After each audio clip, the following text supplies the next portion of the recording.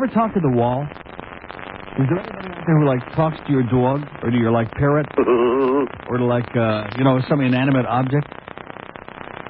Because certainly the response has got to be a million times better than speaking to Screw Ann, our sales manager.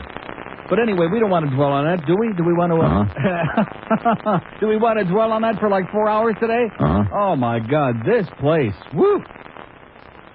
Oh, I'll tell you one thing. At least the audio, you can understand what we're saying. I'm never going to mention this again. I just mentioned this in passing only one time last night. Just not really watching to see the show, whatever they put together on that whammy abortion, but just to see if it was actually on. Since evidently the night before they had some kind of a infomercial or fundraiser or who knows what it was. And they don't bother telling us about that. So last night, sure enough, 10:30 comes and they're on Channel 69 on Whammy. There was the show. There was my puss. My, what is it, pasty? No, not pasty. What is it? Pukey. My pukey puss. And, and sure enough, it starts out, the following program, after hearing perfectly normal audio on a preceding program, Sports Direct, and the promo in the middle or whatever, and there comes the Pukey Neil. And the following program, and again, I cranked the volume way up, and here's this gigantic hum job that even Monica would have been impressed with. And the bottom line is that under no circumstances can the people over there at that television station, their other programming, whether it's good, bad, indifferent, you like it, you hate it, the other programs, there's no problem with the audio, including those old episodes of MASH. They're all washed out and you can barely see. Those old black and white Munsters episodes, at least you hear the audio. Video may not be too good, but now don't get picky, okay, just because it's television.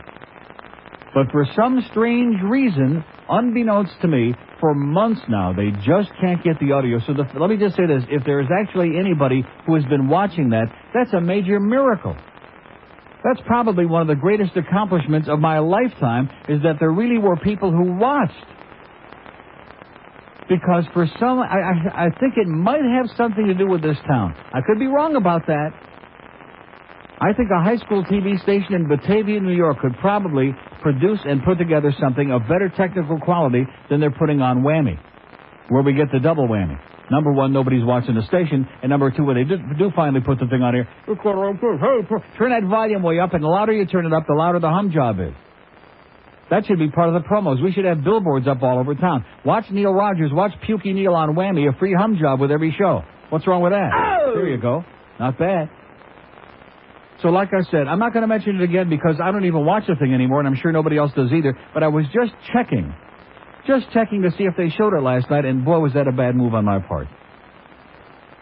Because the embarrassment and humiliation level is astronomical. It's just off the Richter scale. Speaking of Richter scale, so last night I'm watching the Pittsburgh-Philadelphia game on ESPN, which I'm sure maybe a half a dozen of you did also. And I'm watching the puck bouncing around, a writer with the Sun Sentinel. I love this about our local newspapers. They've got guys who are kind of like mix and match. Remember Pat Curry? She was the religion writer. She was the radio writer. You know, whatever they need to do this week. They wear a lot of different hats. And depends. So it all depends on whoever is handy to write a column, even though they know nothing about it. So Ira Winderman writes the hockey column in the Sun Sentinel today, who's the NBA writer, but there ain't no NBA. And Dave Gagne does this, and he's going to be on this line. So anyway, it says the quality of the ice left Terry Murray annoyed after the workout at the National Car Rental Center yesterday.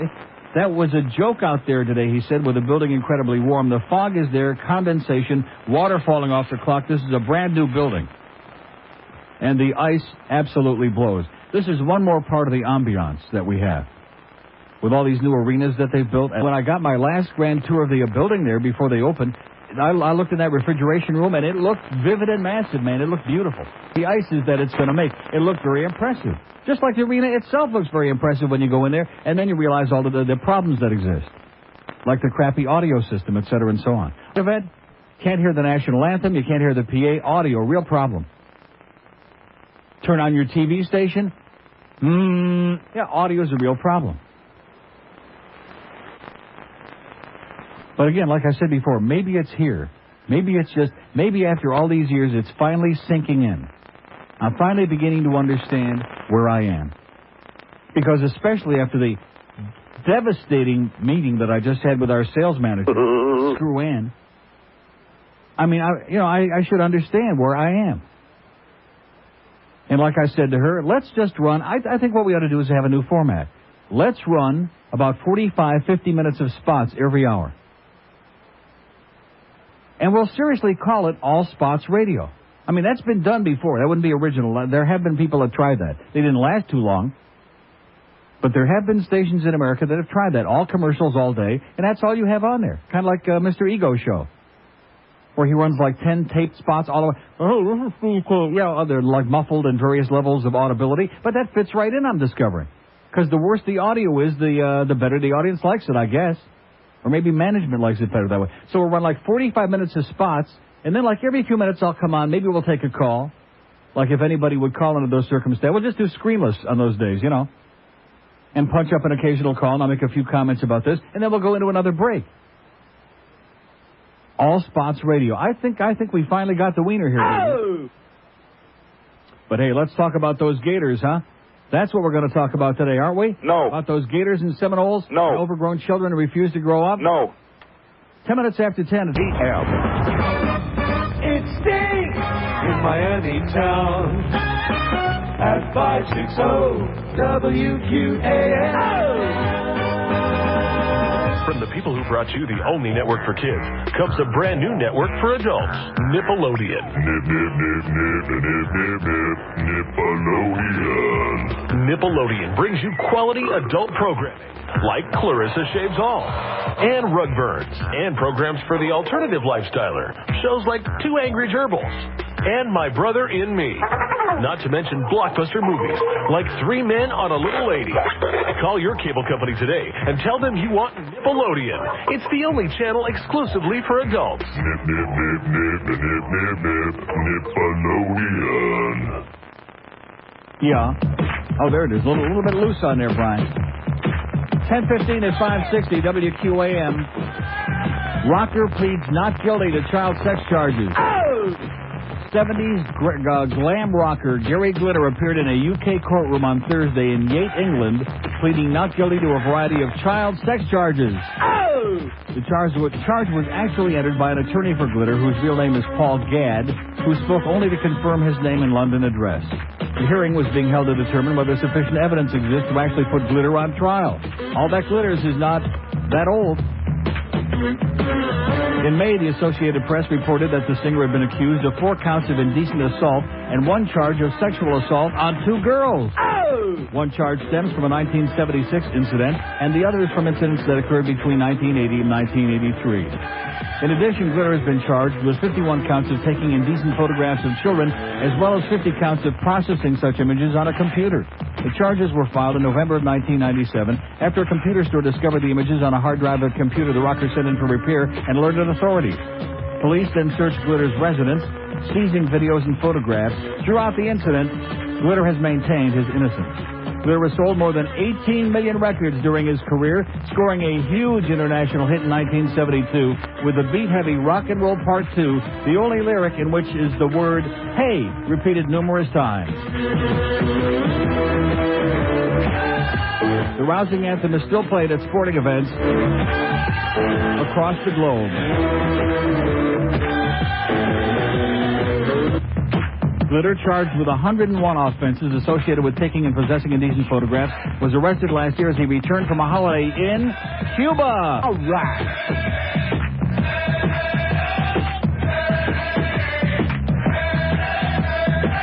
Just keep playing that. Sooner or later, they decide they're having a really good time.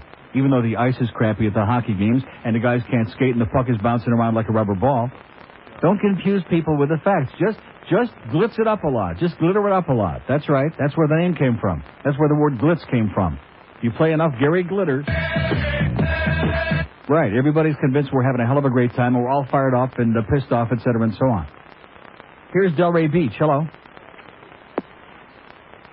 Okay, there was a medley of our call. That was our first and only call of the day in Delray Beach, and they waited 5 minutes and 48 seconds, and just as I got to them there, just as it was the moment of truth to unload their important information, whatever it was, to communicate with the host, at that point went like that. Did you see that? 5 minutes and 48 seconds. And we're paying for the call, too, by the way. 567-0560, pound 560 on the Mobile One line. Speaking of the Panthers, by the way, since we have absolutely no interest in that as a team, but the stockholders out there may be getting a little bit disconcerted about it. Panthers may spin off team focused to be on hotel properties. And in the business section today, there's a big article. Likely will spin off the hockey team into its own company within 2 years. Now, keep in mind that the people who bought the Florida Panthers stock in the first place, many of you suckers out there, bought it because it was, you wanted a little piece of the team. It was like, for whatever reason.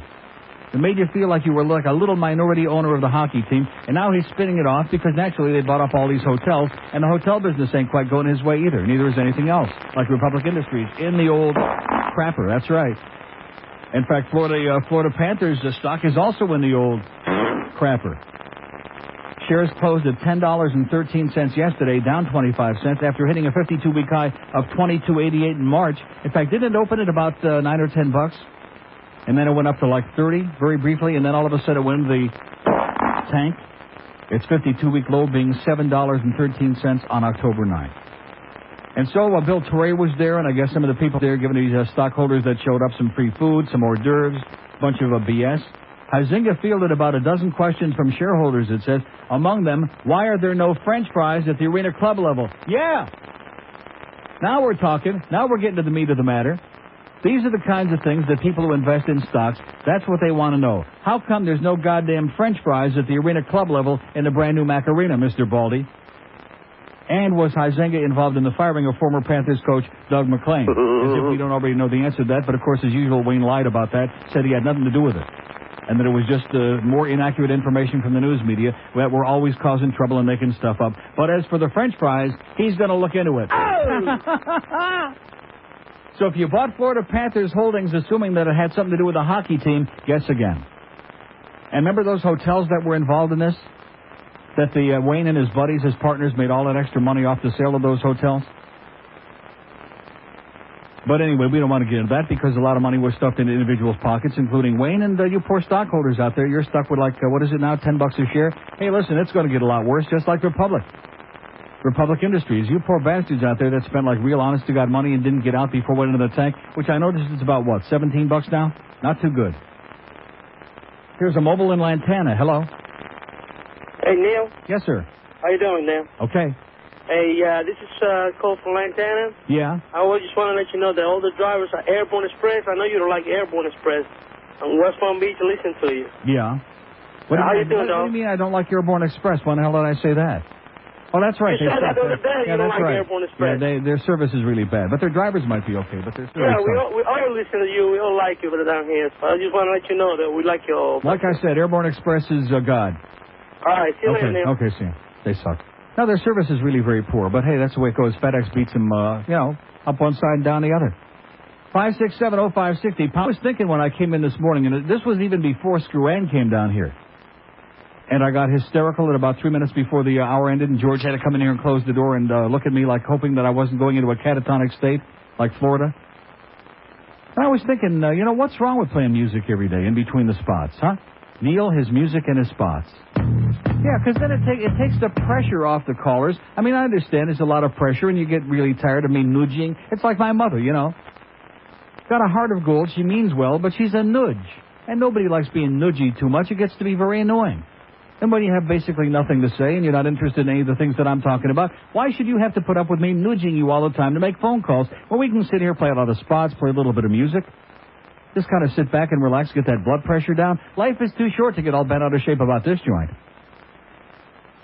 I mean, that TV thing. I was thinking coming to work this morning, that's a bad thing to do, is start thinking about all those people who were involved in putting that show together. Now, I'm not saying they're bad people now that they're gone. I'm not going to badmouth them that they're out of here too much. But wouldn't you think that if you were involved, if that was your job, and you had any pride, forgetting about the fact that it was my pukey puss that was there on the show every night, but that you would, be concerned about the fact that the people over there on Lincoln Road couldn't put that on the air and get at least the audio right? Do you know what I'm saying? You follow what I'm saying? All those people that were running around here eating the free food for 5.5 months, wouldn't you think that one of them at least would have been concerned enough to say, hey, what gives with this crap? We're going to come over there and hold your hand for the half hour tonight and sit and watch what you're doing because somebody over there is screwing it up or sabotaging it or both of the above. Did it ever reach that point? No. Was there ever that kind of concern or involvement? No. Of course not. See, that's where I'm missing the boat. I think I could use some good advice from the audience here today.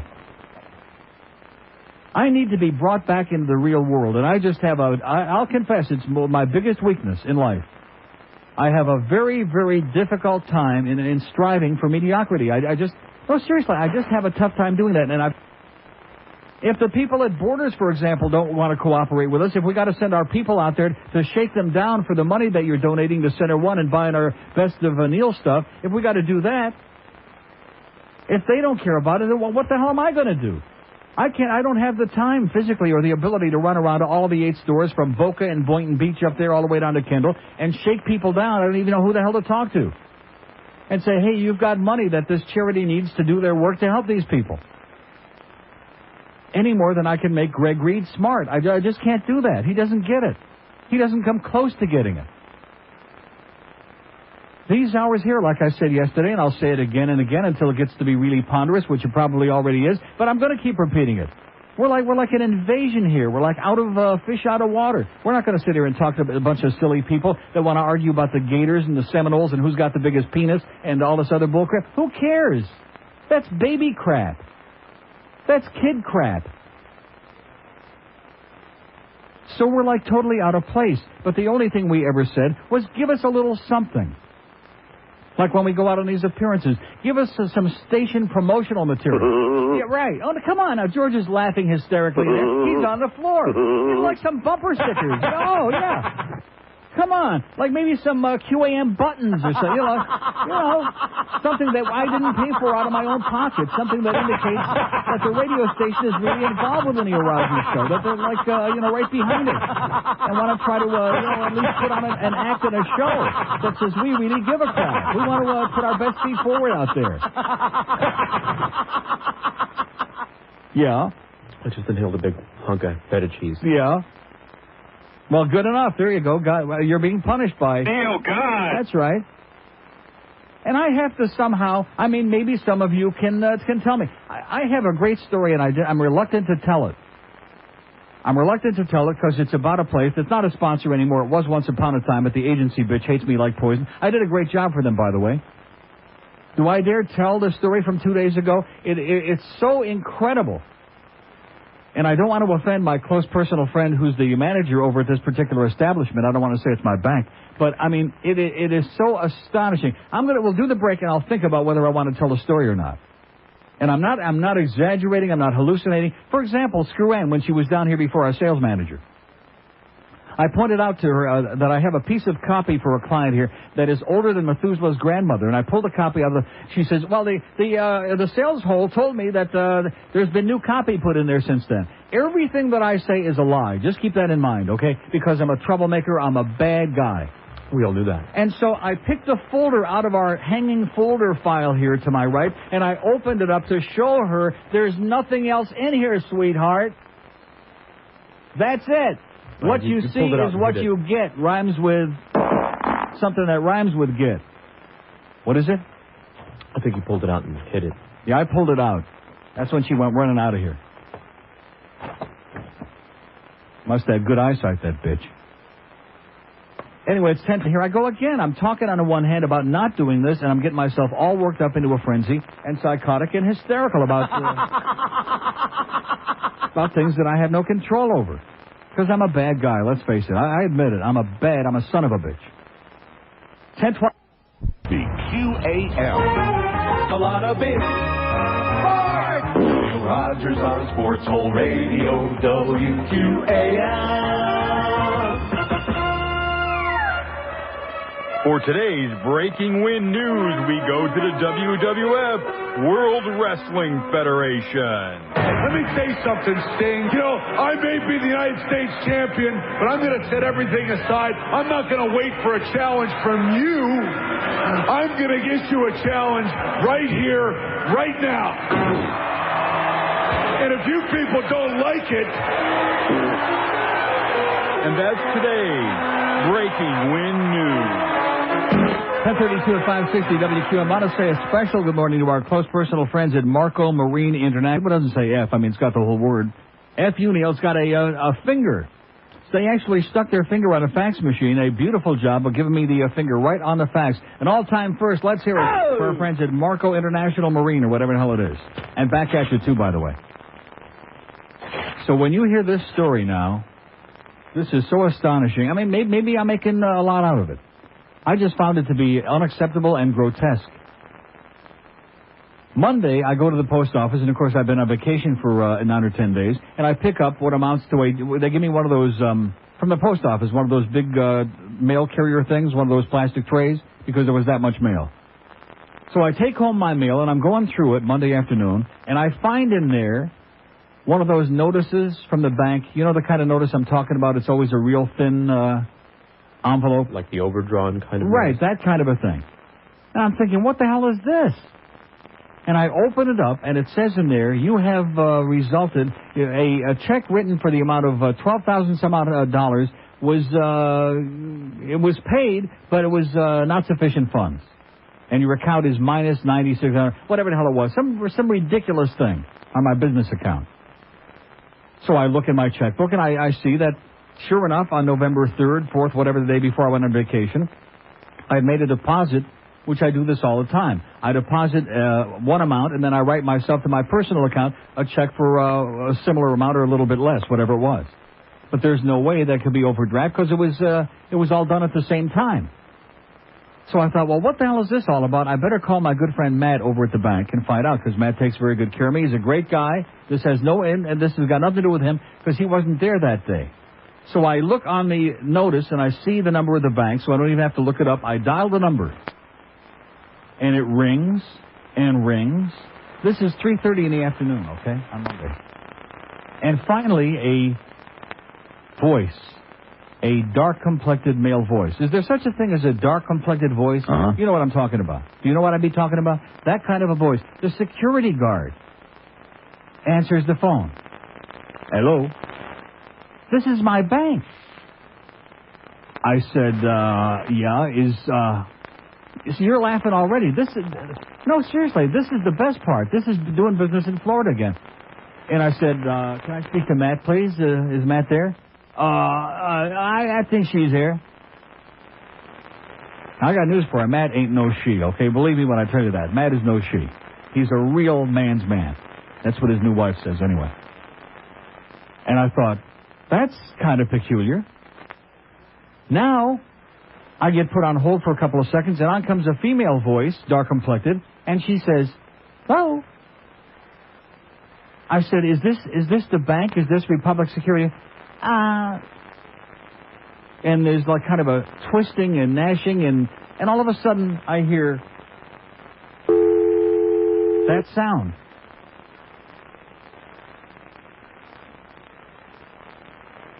Keep in mind, I have just called my bank. Not Joe's plumbing store where maybe they're having a gangbang in the back room or something. I just called my bank. The security guard answered the phone, and then some other voice, some faceless voice comes on there, and she says, hello. And when I asked was like this, and believe me when I tell you, this was the place. Because when I dialed the number again, she answered this time, the faceless voice. And I tried explaining to her. I said, first of all, is Matt there? Oh, he's not here today. He's out getting his car fixed, whatever it is. And I explained to her what the problem was, and she kind of looked it up and sat there and like, well, I don't know. You want to call me back? Should I call you back? It was the most unacceptable, the most bizarre, the most peculiar I don't know what, it wasn't a transaction, but just a communication I've ever had in my life. I can't think of any phone call, even the most bizarre weirdos we've ever had, which we have every day of my life on the show. I can't think of any call that was even in the same league with this. Because we expect it from these people, but when you call a business establishment, especially a bank where your money is in there, folks, okay? Your money is in there. And the security guard answers, and it's like, well, is this the bank? Yeah, like that. So that was my experience on Monday doing business in South Florida. And like I said, I'm out of line. I'm in the wrong. If I want to go like to a real living and breathing place, that's fine. Then you can expect real living and breathing business to be done.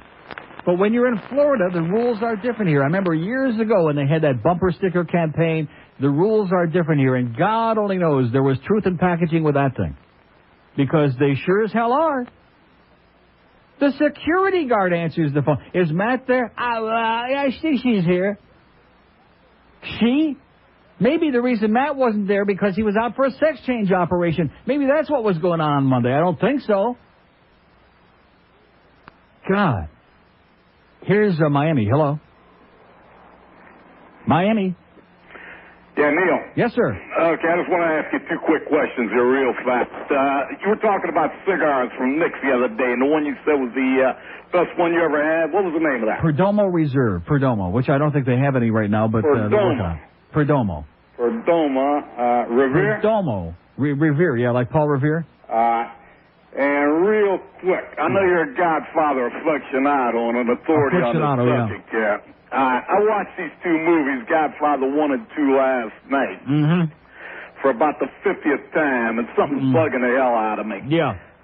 Little Frankie, what was his last name? Prangelo, whatever it was? Frankie Pentangeli, 5 Angels, Pentangeli. That's WAP for 5 Angels. How many times did he get killed in that movie? They drug him to the phone booth one time and cut his canones. Yeah. And then he cut his wrist with the FBI. Yeah, okay, well, listen, I think you qualify enough with a phony accent to be in the Godfather 4. I think you qualify. Keep working on it. Like I said, I thought the call on Monday to the bank was strange, but now goes to show you. 5670560, pound 560 on the mobile one line. I think we can learn a lot from each other here in this town these next several months, these next several years. I really mean that. I think we can learn that just don't have this attitude about expecting things to be done in a professional way, in a reasonable way. Just slide your way through, baby. Fake your way through. If they call, they call. If they don't call, they don't call. Just as long as we got a lot of business on there, that's all we care about. What the hell was Matty doing down there, by the way? What was his story? Who? Matt. Oh, I'll tell you off here. Oh, okay. Good news. Oh, great. Yes, sir? My low jack all done? He's working on it? What is he doing? He said yes, sir. Thank you very much. You're a gentleman, a scholar. Got my low jack in my new car. Now I'm all set to rock and roll. Oh! Now we're cooking. Hey, yo, this is Gino, and you may not believe it, but just a short time ago, and have your f***ing credit card ready. I mean it. Are you laughing at me? Is that what I'm here to do? 10:45 at 560 WQAM. Here's a fax. This is last night I watched a few minutes of your alleged show on Channel 69. Watched is the operative word since I couldn't hear anything except that goddamn hum. That's it. After a minute or two, I shut it off out of pure frustration. Matty Lesham and his crew really screwed up a golden opportunity. The TV show could have been fantastic. It's too bad that ego, stupidity, and just plain incompetence sabotaged it. To add insult to injury, every time I flip through 69, they're either running that Herald show with the two old ladies for the 752nd time or MASH. You know what show they're talking about? Oh, yeah. That one. There's a dead body in the dumpster. Oh, yeah. That show. If I were to kill Alan Alden now, it says I could call it justifiable homicide, and I would leave his body in the same dumpster where the old ladies live, says James. Nice going, James. Right on target. Our Center 1 total is $61,309 way along. I see in the Grove last week we did $60. That's 3 pieces of merchandise in the Grove. And Boynton Beach we're still waiting to hear from, but I'm sure they did stellar last week. $61,309. You can go to any of your 8 Borders all over South Florida and pick up your Best of Neil CDs and cassettes. And this Saturday, noon to 2, will be at the Borders in Kendall Drive and Dixie Highway. Is that going to be some turnout or? No. No, that's going to be gigantic down there, won't it? That'll be great. All our long-lost friends down there in South Dade that we haven't seen in ages, they'll come up from Cutler Ridge. They'll come from South Miami. They'll come in from Sweetwater. They'll be from all over the place. Noon to 2 this Saturday at Borders in Kendall. Here's Davey. Hello. Davey. Yes. Neil, God. Yes, sir. Yes, you were talking about those nonstop Vegas trips yesterday. And About what? The nonstop Vegas trips? Oh, yeah, nonstop flights, yeah. Right. The name of the airline will be National Airlines. What do you mean will be? Well, what does that mean? It's a planned carrier. It's a planned carrier? Yeah, and... Do they have planned planes and planned airspace they're going to be flying in? They plan to get 757. Yeah.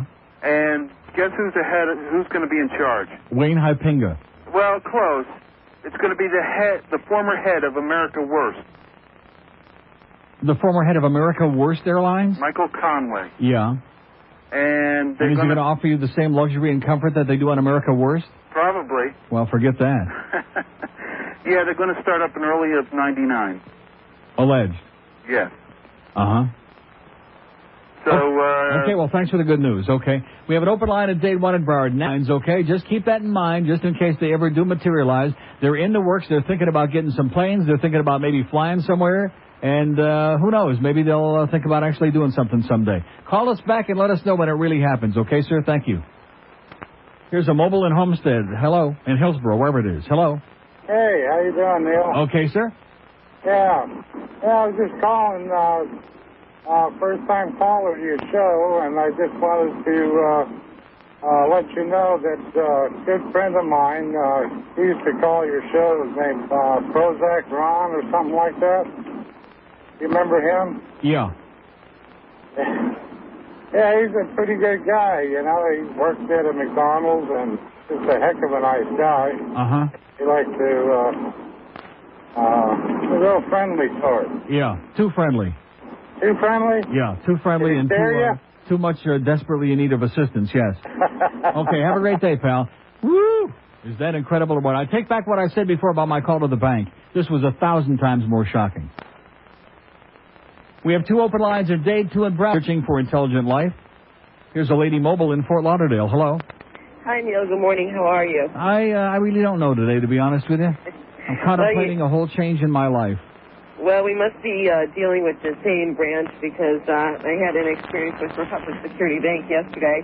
I went into the bank, and while I was making a deposit, they told me that my balance was significantly higher, and I run a small family business, and I had written a check from my business account to my personal account. Right.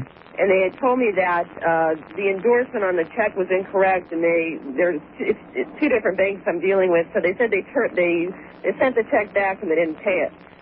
So I wrote another check after I had triple confirmed with them, saying, you know, you're sure that you didn't pay it, you're not going to pay it, it's going to be sent back. Anyways, this morning I get a phone call from the branch manager. By the way, your account's overdrawn. You wrote 2 checks for the same amount. I said, what the hell are you talking about? I was there just yesterday. You told me there's no way in hell you're going to pay it because of the endorsement problem. Right. Now you're telling me, they're like, oh, okay, we're sorry, we'll take care of it. Yeah. You know, what kind of crap is that? Yeah, but now let me ask you, when you went there yesterday, did you talk to the security guard to get this straightened out for you? Because he's answering. No, seriously, he answered the phone on Monday. The security guard, the phone is ringing and ringing. I'm thinking, what are they? I really was thinking that they must be having a holdup over there. I was ready to call the cops. Are you talking about the one at the Sawgrass? I might be. Yeah, I know. And I hate to do it because they've been very nice to me, but I mean, that experience I had on Monday, besides the fact that they screwed up my account for whatever reason, which I made both deposits at the same time, there's no way that there could have been insufficient funds. But setting that aside, you know, mistakes can happen. But calling your bank and having the security guard answer and then having some broad come on there who's like incoherent and then slamming the phone down, I mean, and then she comes back on and the conversation I had with her was incoherent at best. Unsatisfactory. Well, I just thought I'd share that with you because you were right on the button this morning. Don't do it again. Okay. Have a great day. Okay. Thank you. God. Open line at Dade 2 and Brow line. It's only our money that they're dealing with. I mean, what are we getting uptight about? Like I said before, just go with the flow, baby. Go with the flow. Here's South Miami. Hello. Hello, Neil. Yes, sir. I wrote a book that you might find funny. Finished it a day ago. Uh-huh. It is a book about God and 13-year-olds set in the 14th century. It's a postmodern fairy tale. Shall I go on, or is that enough? No, that's enough. Okay, we have an open line at Dade 2 in Broward, 567-0560, pound 560 on a mobile 1 line. Here's South Miami. Hello. Hello, Neil, from a California tourist. Yes, sir. Bad move, by the way. What the hell did you come here for? Well, we're only here for a week for the film festival in Fort Lauderdale. Oh, okay. But we took the rental car and we punched up the dials, and I got your dial. I tell you, we have had an absolute ball. Everything else is just a mess. Yeah.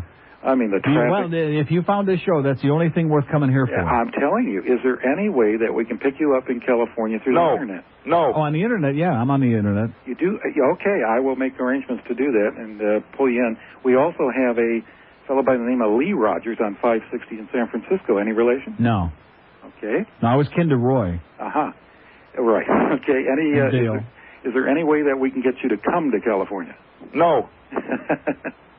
And finally, I'll be honest with you. I'm considering all options at this point in my life. I'm wide open to any offers at this moment. Check out Santa Cruz and South San Francisco. I think you'd fall in love with it. I've been there. Yeah. The other thing, you're talking about... I have actually, I know this is frightening, but I've actually been out of the county recently.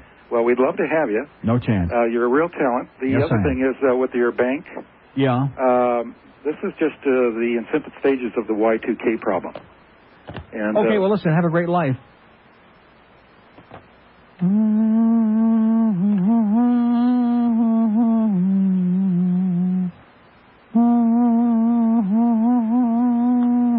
Okay, we got 2 open lines in Day 2 in Broward. Every nut, every wacko in the world we're going to hear from today. I like it. This is something I can sink my teeth into, man, even better than my little stogie I'm puffing on here, because we can't get the real good stuff from Nick's. 567-0560, pound 560 on the mobile one line. Here's a mobile in Miami. Hello. Neil. Yes, sir. Hi, long-time listener, first-time caller. Yeah? At least with your bank, you got to get someone that was a person, but I got a great word, I won't keep it long, about what Miami is. The land of stupidity. Yeah. It's a new word I think you should apply to Miami, and I just wanted to let you know. When you get your show, I would be using that a lot on the air. We'll see how long it lasts. We have an open line in Broward, 2 and it out to be a great day. Oh! And I was so depressed, I was suicidal when I came on the air at 10 o'clock. I wasn't really too pleased when I came into the building this morning, but then after that meeting with Screw Ann, which I demanded, and there I go again. Well, see, you get what you ask for. You ask to talk to a bimbo, and what do you get? You get a bimbo. You get a bunch of pop. That fucking bitch. That's what you get. Double talk. She is the only person I've ever known in my life, including my mother. I mean, my mother can be frustrating, but she's got an excuse. She's 100 years old. She'll ask you the same question or tell you the same thing 1,000 times because she forgot. She's got an excuse. She's 150 years old. But this bitch, I mean, this broad, I don't know what her story is because you talk to her and every conversation with Screw Ann is the same thing. She just keeps repeating the same thing round and round like a dog chasing its tail, and you come back to the beginning and you start all over again. It's like an endurance contest. And she always wins because she just wears you out. You just finally say, F it, okay, screw it. Right.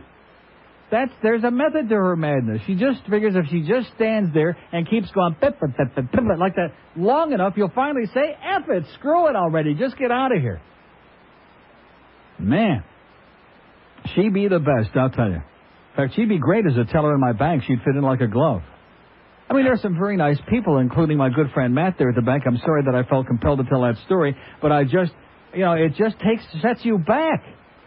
When you call your bank because they just sent you a notice they made a mistake, and they sent you an overdraft notice, and you call the bank to try to get to the bottom of it and find out what the F is going on, and the security guard be answering the phone. And then when he was asking me about where the hell is the ribs and chicken that they ordered, then I really got pissed off. 10:56 at 560 QAM. The Neil Rogers Shutterdale. Baby, you melt my jockey short. It's 11:02 at 560 WQM. We got Hank coming up from Shula Steak 2 at 2 o'clock. We got the Bookster at 6, I believe, and then Ned Kaplan at 10. I didn't even look at the schedule because I guess that's what we got. You know, that caller before, that fruitcake that called from the West Coast, I mean, I think he's onto something, don't you? The fact that the security guard answered the phone at my bank on Monday, that is just the tip of the iceberg for the Y2K problem. Don't you think so? Isn't that what it's... Yeah, that's what it's all about.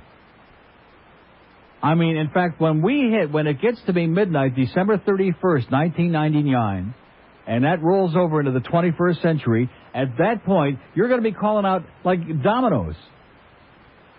And the security guard is going to be answering the phone at Domino's.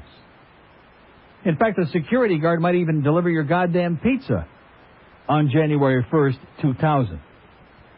Don't you think that there's I think he's onto it.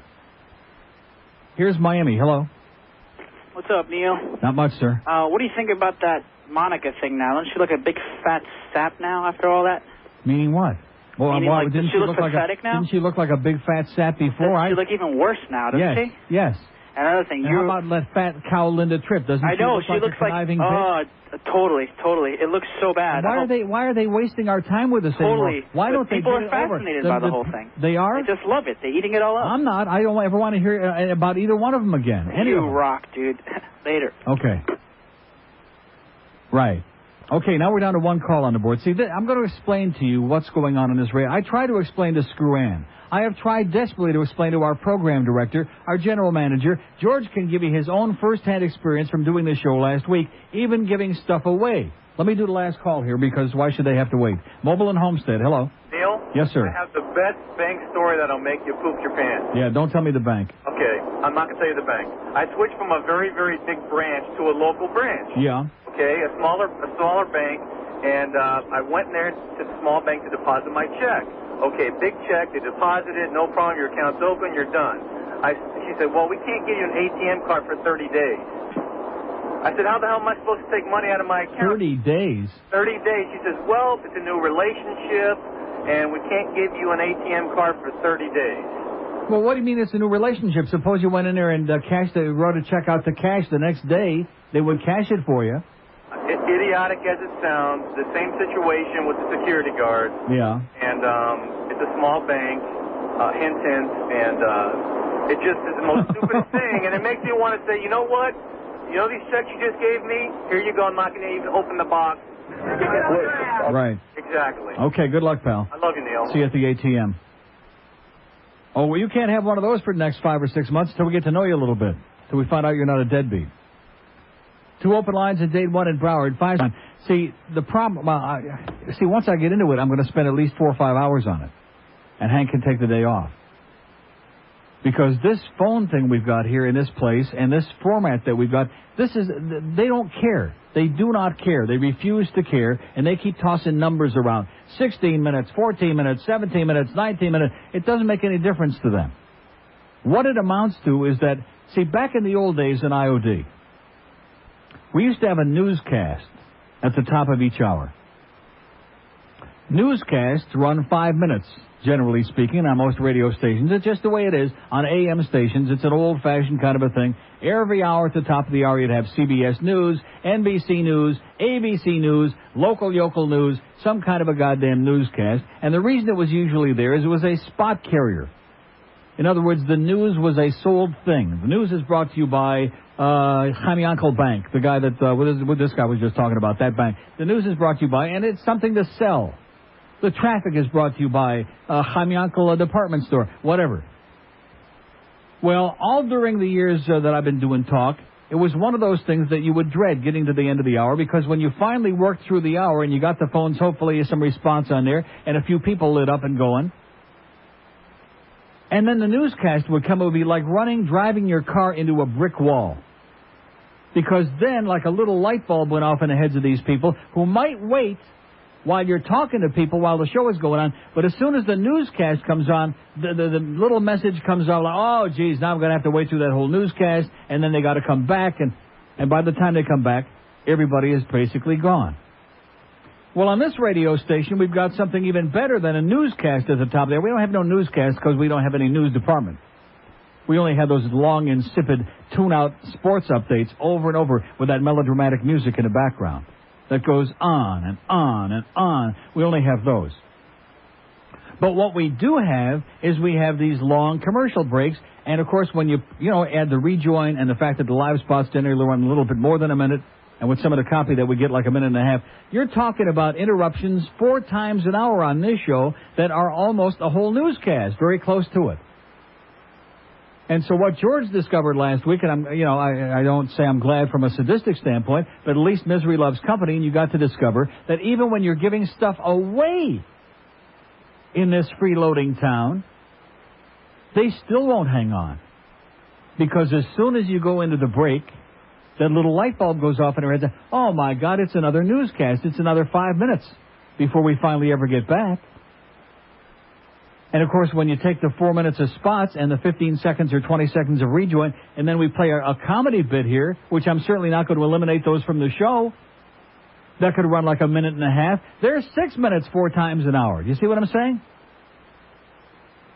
And so for the last several months since we've had this epidemic of nonstop spots on this radio show and on the whole radio station, you work yourself to a frenzy to try to motivate people to get off their ass, get on the phone, and then when you look over and you see finally like they are now, most of them are lit up, and then as soon as you go into a goddamn break, bingo, you sit there and you watch them drop off like flies.